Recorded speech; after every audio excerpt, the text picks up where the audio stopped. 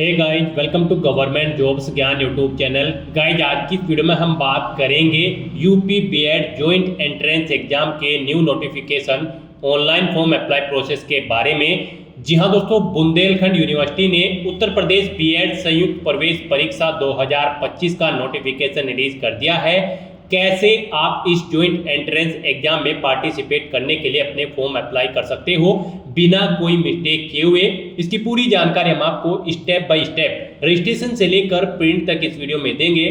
बस आपको इस वीडियो को स्किप के बिना शुरू से लेकर एंड तक देखना है। उसके बाद वीडियो पसंद आए तो इसे लाइक और शेयर कर दें, चैनल पर नए हो तो इसे सब्सक्राइब कर लें। साथ ही यहाँ पर कैंडिडेट को फॉर्म अप्लाई करते हुए जो प्रॉब्लम आ रही है उन सभी का हल इस वीडियो में मिल जाएगा और हम आपको ये भी बताएंगे कि कौन सी वो कॉमन मिस्टेक है जिसे करने से आपका एप्लीकेशन फॉर्म रिजेक्ट हो सकता है। तो आपको उस मिस्टेक को करने से बचना है और अपना फॉर्म सेव कर लेना है। तो बिना कोई वक्त गंवाए चलिए शुरू करते हैं। आपको इस वीडियो के डिस्क्रिप्शन बॉक्स में हमारी वेबसाइट IND-sarkari-naukri.in के इस पेज का लिंक मिल जाएगा। यहाँ पर आपको इस जॉइंट एंट्रेंस एग्जाम के बारे में सभी डिटेल्स प्रोवाइड कर दी गई है। Bundelkhand university bachelor of education B Ed के लिए नोटिफिकेशन रिलीज कर चुकी है। 2 साल की आपकी बीएड होगी। जॉइंट एंट्रेंस एग्जाम में पार्टिसिपेट करने के लिए ये नोटिफिकेशन रिलीज किया गया है। आप 15 फरवरी 2025 से 8 मार्च 2025 तक अपने फॉर्म अप्लाई कर सकते हो।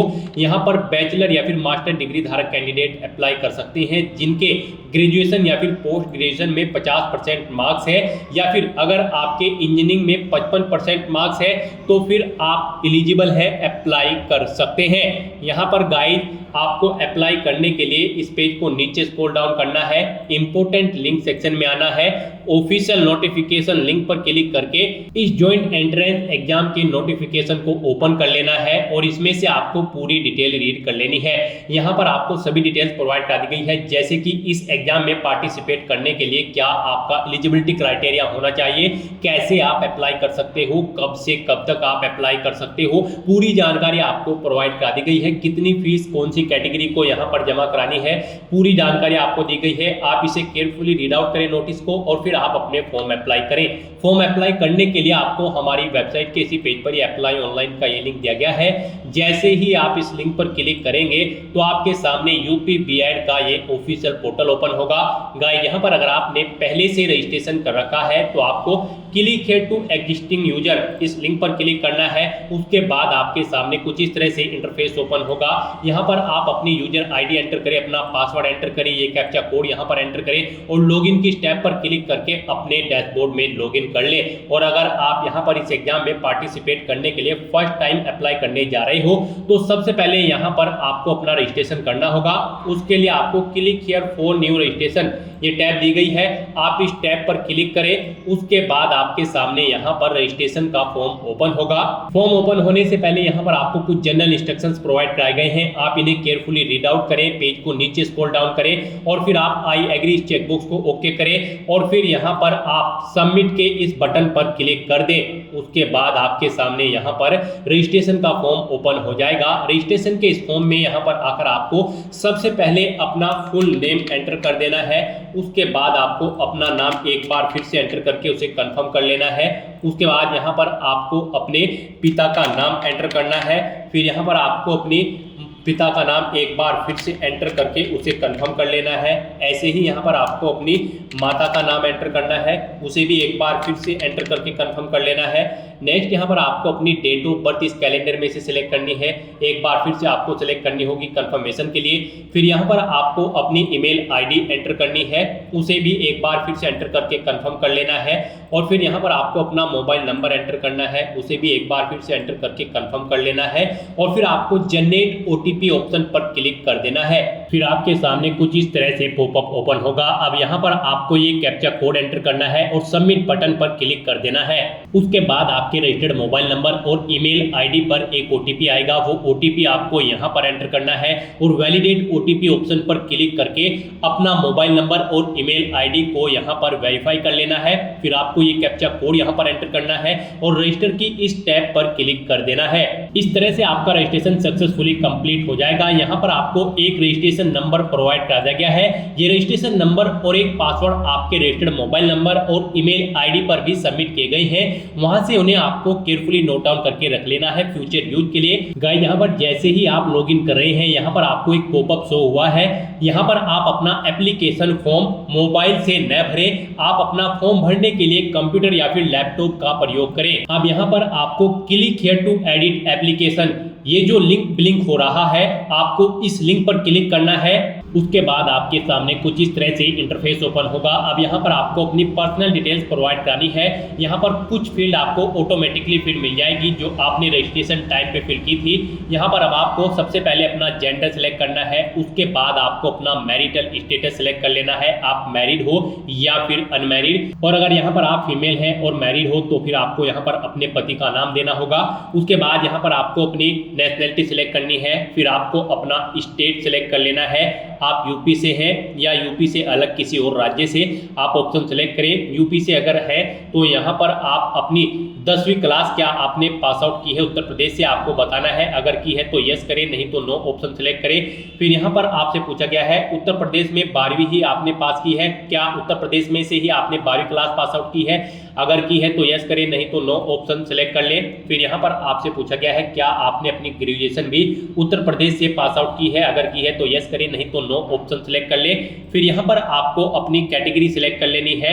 यहाँ पर अगर आप रिजर्व कैटेगरी से बिलोंग करते हो तो फिर आपको अपनी कैटेगरी सर्टिफिकेट नंबर यहाँ पर एंटर करना है। उसके बाद आपसे पूछा गया कि क्या आप फिजिकली हैंडीकैप्ड कैंडिडेट हैं, यानी कि दिव्यांग है। अगर है तो यस ऑप्शन सेलेक्ट करें और फिर उसकी डिटेल दें, जैसे कि आप अपनी डिसेबिलिटी का टाइप यहाँ पर सिलेक्ट करें। और अगर आप दिव्यांग नहीं है तो यहाँ पर आपको नो ऑप्शन सेलेक्ट करना है। उसके बाद यहाँ पर आपको अपना कोई आईडी प्रूफ सेलेक्ट कर लेना है, driving licence, passport, voter ID या फिर अन्य। उसके बाद यहाँ पर आपको अपने पहचान पत्र का नंबर एंटर कर देना है।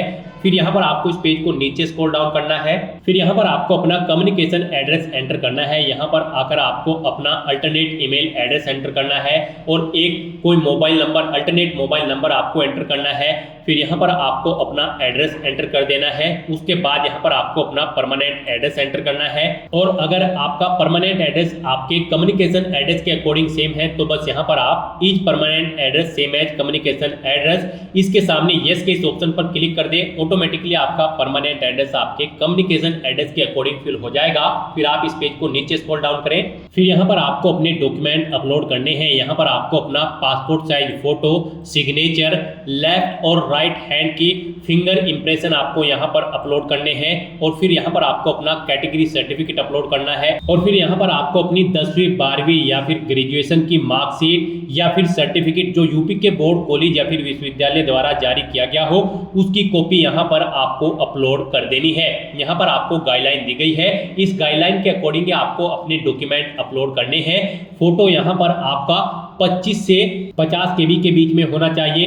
डायमेंशन उसकी 35 mm इंटू 45 mm होनी चाहिए और ये जेपीईजी या फिर जेपीजी फॉर्मेट में होना चाहिए। सिग्नेचर आपके 50 केबी मैक्सिमम साइज रखा गया है, 50 केबी से कम आपके सिग्नेचर होने चाहिए जेपीईजी या फिर जेपीजी फॉर्मेट में। और जो आपकी दाएं और बाएं हाथ की उंगलियों के निशान होंगे यानी कि उनके इंप्रेशन होंगे, उनका भी मैक्सिमम साइज 50 केबी रखा गया है, 50 केबी से उनका कम साइज होना चाहिए, जेपीजी या फिर जेपीजी फॉर्मेट में होने चाहिए। और जो आपका कैटेगरी सर्टिफिकेट है वो यहाँ पर गाइड 1 MB उसका मैक्सिमम साइज रखा गया है। ये आप जेपीजी या फिर पीडीएफ फॉर्मेट में अपलोड कर सकते हैं। और जो आपकी 10वीं 12वीं या फिर स्नातक की मार्कशीट या सर्टिफिकेट है वो यहाँ पर उसका मैक्सिमम साइज भी 1 MB रखा गया है। 1 MB से कम आपकी फाइल का साइज होना चाहिए और ये जेपीईजी, जेपीजी या फिर पीडीएफ फॉर्मेट में होना चाहिए। तो यहाँ पर आपको चूज फाइल बटन पर क्लिक करना है, फाइल को सेलेक्ट कर लेना है और फिर अपलोड बटन पर क्लिक करके वन बाय वन करके आपको अपने इन सभी डॉक्यूमेंट्स को अपलोड कर देना है और प्रीव्यू बटन पर क्लिक करके अपने डॉक्यूमेंट्स का एक एक प्रीव्यू चेकआउट कर लेना है और फिर यहाँ पर आपको सेव एंड कंटिन्यू इस ऑप्शन पर क्लिक कर देना है। नेक्स्ट यहाँ पर आपको अपनी एजुकेशनल क्वालिफिकेशन की डिटेल देनी है। यहाँ पर आकर सबसे पहले आपको अपना सब्जेक्ट सेलेक्ट कर लेना है, किस सब्जेक्ट में आप बीएड करना चाहते हैं। यहाँ पर आप सब्जेक्ट सेलेक्ट करें। उसके बाद यहाँ पर आपसे पूछा गया है आप अपना जो फर्स्ट क्वेश्चन पेपर है वो किस भाषा में चाहते हैं, हिंदी या फिर इंग्लिश, अपने अकॉर्डिंग आप ऑप्शन सेलेक्ट करें। उसके बाद यहाँ पर आपको अपनी 10वीं क्लास की डिटेल प्रोवाइड करनी है। यहाँ पर आपको सबसे पहले देना है बोर्ड का नाम जिससे आपने अपनी 10वीं क्लास पास आउट की है, कितने मार्क्स आपने ऑब्टेन किए हैं वो एंटर करें, टोटल कितने मार्क्स थे जिसमें से ये मार्क्स आपने ऑब्टेन किए हैं वो एंटर करें। इनके अकॉर्डिंग आपकी परसेंटेज कैलकुलेट होकर यहाँ पर शो हो जाएगी। फिर यहाँ पर आपने अपनी 10वीं क्लास किस ईयर में पास आउट की है वो ईयर सेलेक्ट करें। फिर यहाँ पर आपको अपनी 10वीं क्लास की मार्कशीट अपलोड कर देनी है। उसका मैक्सिमम साइज 1 MB रखा गया है, मींस 1 MB से कम आपकी फाइल का साइज होना चाहिए और आपकी फाइल JPEG, JPG या फिर PDF फॉर्मेट में होनी चाहिए। आपको चूज फाइल बटन पर क्लिक करना है, फाइल को सिलेक्ट करना है और अपलोड बटन पर क्लिक करके अपनी इस फाइल को अपलोड कर देना है। ऐसे ही यहाँ पर आपको अपनी 12वीं क्लास की डिटेल प्रोवाइड करनी है। यहाँ पर भी आप बोर्ड का नाम सेलेक्ट करें, कितने मार्क्स आपने ऑब्टेन किए हैं वो एंटर करें, कितने टोटल मार्क्स थे जिसमें से आपने मार्क्स ऑब्टेन किए हैं वो एंटर करें। इनके अकॉर्डिंग आपकी परसेंटेज कैलकुलेट होकर आ जाएगी। कब आपने अपनी 12वीं क्लास पास आउट की है वो ईयर आप सिलेक्ट करें। फिर आप यहाँ पर अपनी 12वीं क्लास की, जी हाँ दोस्तों, फिर यहाँ पर आप अपनी 12वीं क्लास की जो मार्कशीट है वो अपलोड कर दें। उसका भी मैक्सिमम साइज 1 MB रखा गया है, मींस 1 MB से कम आपकी फाइल का साइज होना चाहिए और ये JPEG, JPG या फिर PDF फॉर्मेट में होनी चाहिए। आप चूज फाइल बटन पर क्लिक करें, फाइल को सिलेक्ट करें, अपलोड बटन पर क्लिक करके अपनी फाइल को अपलोड कर दें। उसके बाद यहाँ पर आपको अपनी ग्रेजुएशन की डिटेल प्रोवाइड करनी है। यहाँ पर guide UP BEd joint entrance exam में पार्टिसिपेट करने के लिए कैंडिडेट का ग्रेजुएशन पास आउट होना जरूरी है या फिर फाइनल ईयर अपीयर कैंडिडेट भी अप्लाई कर सकते हैं।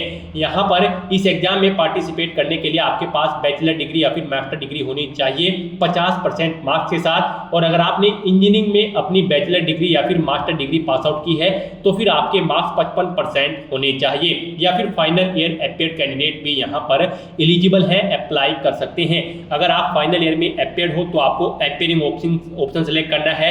फिर आपको अपनी ग्रेजुएशन की स्ट्रीम सेलेक्ट करनी है, अपनी यूनिवर्सिटी का या फिर इंस्टीट्यूट का नाम देना है, अपना रोल नंबर देना है और कब आपकी फाइनल ईयर कंप्लीट होगी ग्रेजुएशन या फिर पोस्ट ग्रेजुएशन, यहाँ पर आप ईयर सेलेक्ट कर लें। और अगर आपने पास आउट कर ली है तो यहाँ पर आप पास ऑप्शन सेलेक्ट करें। फिर अपनी ग्रेजुएशन की स्ट्रीम यहाँ पर आप दें किस में आपने अपनी ग्रेजुएशन कंप्लीट की है, यानी कि एग्रीकल्चर में, कॉमर्स में, आर्ट्स में, अपने अकॉर्डिंग आप ऑप्शन सेलेक्ट करें। यूनिवर्सिटी का नाम दें और फिर यहाँ पर आप अपना रोल नंबर एंटर कर दें। उसके बाद कब आपने अपनी ग्रेजुएशन कंप्लीट की है वो ईयर आप यहाँ पर सेलेक्ट करें, कितने मार्क्स आपने ऑब्टेन किए हैं वो एंटर करें, टोटल कितने मार्क्स थे जिसमें से आपने मार्क्स ऑब्टेन किए हैं वो एंटर करें। इनके अकॉर्डिंग आपकी मार्क्स की परसेंटेज कैलकुलेट होकर आ जाएगी। फिर यहाँ पर आप अपनी ग्रेजुएशन की मार्कशीट अपलोड कर दें। इस फाइल का साइज भी आपकी 1 MB से कम होना चाहिए, JPEG, JPG या फिर PDF फॉर्मेट में आपकी फाइल होनी चाहिए। यहाँ पर आपको चूज फाइल बटन पर क्लिक करना है, फाइल को सिलेक्ट करना है, अपलोड बटन पर क्लिक करके अपनी ग्रेजुएशन की मार्कशीट भी आपको अपलोड कर देनी है और प्रीव्यू बटन पर क्लिक करके आप इसका प्रीव्यू चेकआउट कर सकते हो। इस तरह से अपनी एजुकेशनल क्वालिफिकेशन की डिटेल फिल करने के बाद अब आपको सेव एंड कंटिन्यू इस ऑप्शन पर क्लिक कर देना है। नेक्स्ट आपके सामने कुछ इस तरह से इंटरफेस ओपन होगा। अब यहाँ पर आपको अपनी वेटेज डिटेल देनी है, यानी कि यहाँ पर आपसे कुछ चीज़ों के बारे में पूछा गया है, इनका विवरण आपको देना है और इनके अकॉर्डिंग यहाँ पर आपको वेटेज दी जाएगी। यहाँ पर आपसे पूछा गया है क्या आपने राष्ट्रीय या फिर राज्य स्तर या अंतर विश्वविद्यालय खेल प्रतियोगिता में भाग लिया है। अगर लिया है तो यहाँ पर आप यस ऑप्शन सेलेक्ट करें और फिर इंडिविजुअल प्रतियोगिता में अभ्यर्थी द्वारा आपने क्या पोजीशन प्राप्त की है, फर्स्ट पोजीशन, सेकंड पोजीशन या फिर थर्ड पोजीशन, आप अपने अकॉर्डिंग ऑप्शन सेलेक्ट करें और फिर यहाँ पर आपको अपना प्रमाण पत्र, जी हाँ दोस्तों, इंडिविजुअल प्लेयर का जो आपको सर्टिफिकेट मिला होगा उसे आपको अपलोड करना है। 1 MB उसका मैक्सिमम साइज है। JPEG, JPG या फिर PDF फॉर्मेट में आपको अपना ये प्रमाण पत्र अपलोड करना होगा। आपको चूज फाइल बटन पर क्लिक करना है, फाइल को सिलेक्ट करना है और अपलोड बटन पर क्लिक करके अपना ये प्रमाण पत्र यहाँ पर अपलोड कर देना है। और गाइस अगर आपने टीम प्रतियोगिता में हिस्सा लिया है तो यहाँ पर आप मेंबर ऑफ चैंपियन टीम थे या फिर member of runner up team थे, आप ऑप्शन सिलेक्ट करें। और अगर आपने किसी विश्वविद्यालय द्वारा संचालित अन्य महाविद्यालय टूर्नामेंट या क्रीड़ा या फिर खेलकूद प्रतियोगिताओं में हिस्सा लिया है तो यहाँ पर आप अपने अकॉर्डिंग ऑप्शन सिलेक्ट करें। और अगर आपने यहाँ पर किसी राष्ट्रीय या फिर राज्य स्तर या अंतर विश्वविद्यालय खेल प्रतियोगिता में भाग नहीं लिया है तो यहाँ पर आप नो ऑप्शन सिलेक्ट करें। फिर आपसे पूछा गया है कि क्या आप NCC नेशनल कैडेट कोर एवं राष्ट्रीय सेवा योजना के अभ्यर्थी हैं, अगर हैं तो यस करें और फिर उसकी डिटेल दें, नहीं है तो आप नो ऑप्शन सिलेक्ट कर लें। उसके बाद आपसे पूछा गया है क्या आप स्वतंत्रता सेवा संग्राम सेनानी के आश्रितों के आरक्षण का लाभ लेना चाहते हैं, अगर चाहते हैं तो यस करें। और फिर यहाँ पर आप अपना प्रमाण पत्र स्वतंत्रता सेनानियों के आश्रितों के आरक्षण के लिए जो प्रमाण पत्र प्रोवाइड कराया जाता है वो प्रमाण पत्र यहाँ पर आप अपलोड करें। और अगर आप लाभ नहीं लेना चाहते हैं तो यहाँ पर आपको नो ऑप्शन सेलेक्ट करना है।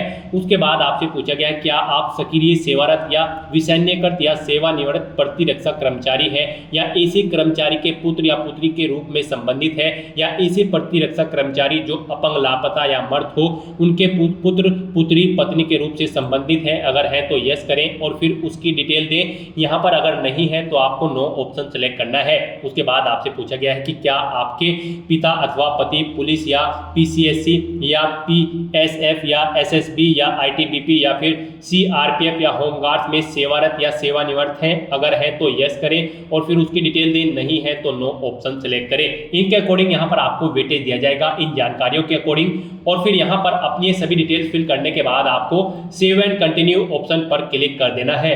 नेक्स्ट यहाँ पर आपको अपनी exam centre city preference select करनी है। यहाँ पर आपको अपनी चॉइस के अकॉर्डिंग 5 एग्जाम सिटी सेलेक्ट करनी है। आप यहाँ पर जिस सिटी को फर्स्ट नंबर पर प्रेफरेंस देना चाहते हैं उसे आप फर्स्ट नंबर पर सेलेक्ट करें, जिसे सेकंड नंबर पर रखना चाहते हैं उसे सेकंड नंबर पर सेलेक्ट करें। इस तरह से आपको अपनी 5 एग्जाम सिटी अपनी चॉइस के अकॉर्डिंग सेलेक्ट कर लेनी है। और फिर आपको इस पेज को नीचे स्क्रॉल डाउन करना है। अब यहाँ पर आपको आपकी एप्लीकेशन फीस का अमाउंट शो कर दिया गया है। आपको आपकी कैटेगरी के अकॉर्डिंग एप्लीकेशन फीस का अमाउंट यहाँ पर शो किया जाएगा। जनरल, OBC, EWS कैंडिडेट को 1400 रुपए फीस के रूप में जमा कराने हैं। SC ST कैंडिडेट को 700 रुपए फीस के रूप में जमा कराने हैं। आप यहाँ पर अपना फीस पेमेंट ऑनलाइन मोड से कर सकते हैं। फीस पेमेंट करने के लिए आपको यहाँ पर 2 ऑप्शन दिए गए हैं। आप HDFC बिल डैश के थ्रू पेमेंट करना चाहते हैं या फिर ICICI बिल डैश पावर के थ्रू यहाँ पर आप फीस पेमेंट करना चाहते हैं। आप अपने अकॉर्डिंग ऑप्शन सेलेक्ट करें, पेज को नीचे स्क्रॉल डाउन करें, यहाँ पर डिक्लेरेशन सेक्शन में आए, आई एग्री चेकबॉक्स को ओके करें, ये कैप्चा कोड यहाँ पर एंटर करें और फिर यहाँ पर आप सबमिट के इस बटन पर क्लिक कर दें। फिर आपको प्रोसीड के ऑप्शन पर क्लिक करना है। नेक्स्ट आपके सामने यहाँ पर फीस पेमेंट का इंटरफेस ओपन हो जाएगा। गाइस यहाँ पर आप डेबिट कार्ड, क्रेडिट कार्ड या फिर नेट बैंकिंग के थ्रू अपना फीस पेमेंट कर सकते हो। डेबिट कार्ड या क्रेडिट कार्ड ऑप्शन अगर आप सेलेक्ट करते हैं तो यहाँ पर आप अपना कार्ड नंबर एंटर करें, उसका एक्सपायरी मंथ और ईयर यहाँ पर एंटर करें, अपने कार्ड का 3 डिजिट का CVV या फिर CVC नंबर यहाँ पर एंटर करें, कार्ड होल्डर का नाम यहाँ पर एंटर करें और फिर मेक पेमेंट ₹4,700 इस ऑप्शन पर क्लिक कर दें। उसके बाद आपका फीस पेमेंट हो जाएगा और आपका एप्लीकेशन फॉर्म भी सक्सेसफुली सबमिट हो जाएगा। फिर आप अपने डैशबोर्ड में जाकर अपने एप्लीकेशन फॉर्म का स्टेटस चेकआउट कर सकते हो और अपने एप्लीकेशन फॉर्म का एक हार्ड कॉपी प्रिंट आउट ले सकते हो फ्यूचर यूज के लिए, फ्यूचर रेफरेंस के लिए। तो दोस्तों ऐसे आप UP BEd joint entrance examination 2025 के लिए अपना फॉर्म अप्लाई कर सकते हो बिना कोई मिस्टेक किए हुए। आज की इस वीडियो में बस इतना ही। आई होप ये वीडियो आपको पसंद आई होगी। अगर पसंद आई हो तो इसे लाइक और शेयर करें। चैनल पर नए हो तो इसे सब्सक्राइब कर लें। Thanks for watching.